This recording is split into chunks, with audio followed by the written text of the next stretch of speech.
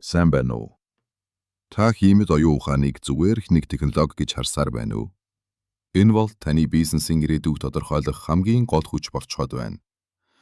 Сүүлийн 1 жилд л ихэд Айнур 7-нд AI хэрэглэгчдийн тоо 2 дахин нэмэгдэж 40% хүрсэн.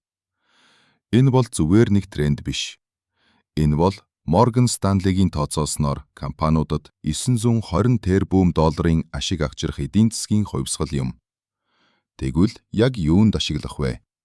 Өдөр тутмын имэйл бичгээс эхлээд вебсайт бүтээх, бүр дуу хөгжим зохиох гээд таны ажлыг хөнгөвчлөх маш олон бодит хэрэгслүүд өнөөдөр бэлэн болжээ. Гэхдээ технологи дангаараа хангалтгүй. Доктортой өсөлтийн жинхэнэ нууц нь юу гэж? Тодорхой төлөвлөгөө, уян хатан дэд бүтэц.